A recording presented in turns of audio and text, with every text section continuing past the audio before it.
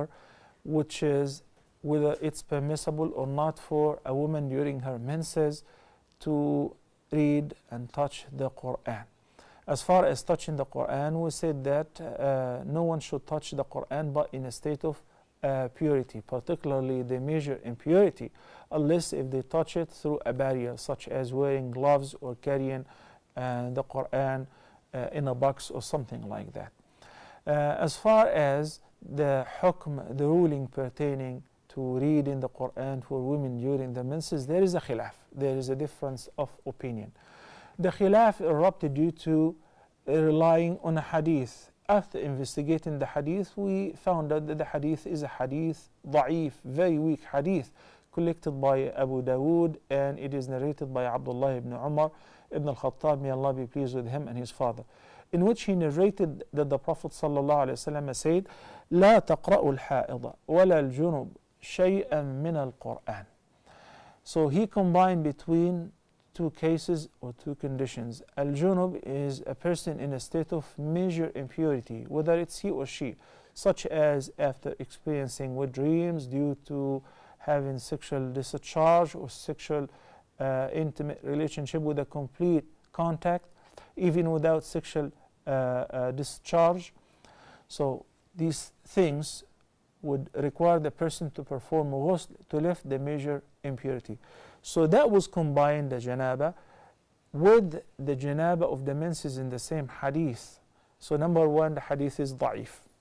So we cannot build up a hukm or a ruling on a weak hadith. Number two, they use this analogy, which since al-junub, as we discussed a minute ago, cannot touch nor read the Quran, then by analogy, women during their menses, they're in a state of janaba too. They cannot touch or read the Quran.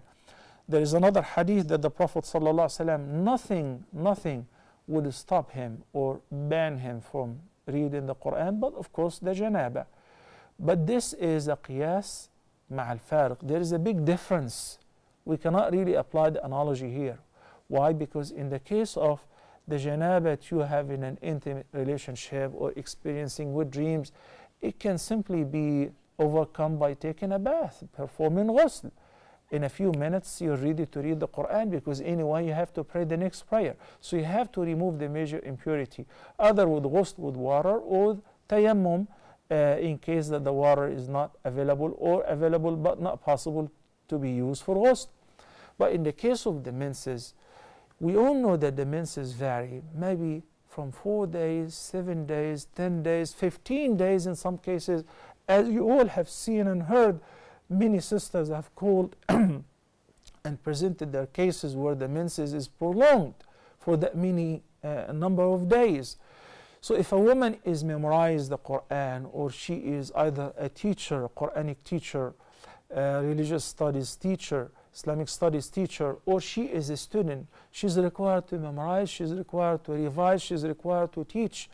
So they said there is no qiyas in this condition. It is definitely permissible for her to read the Quran. But as far as touching the Quran, it has to be through a barrier, such as wearing gloves, or make sure that you flip the pages, as I normally say, with an eraser of a pencil or something like that, so you do not touch the Quran with bare hands. That doesn't apply to the digital devices, iPad, iPhone, tablet, whatever, because this is not a Quran. So I stated there are two different opinions, and if you are a person who is constantly memorizing or revising, then there is no problem for you to read the Quran even while during your menses. Assalamu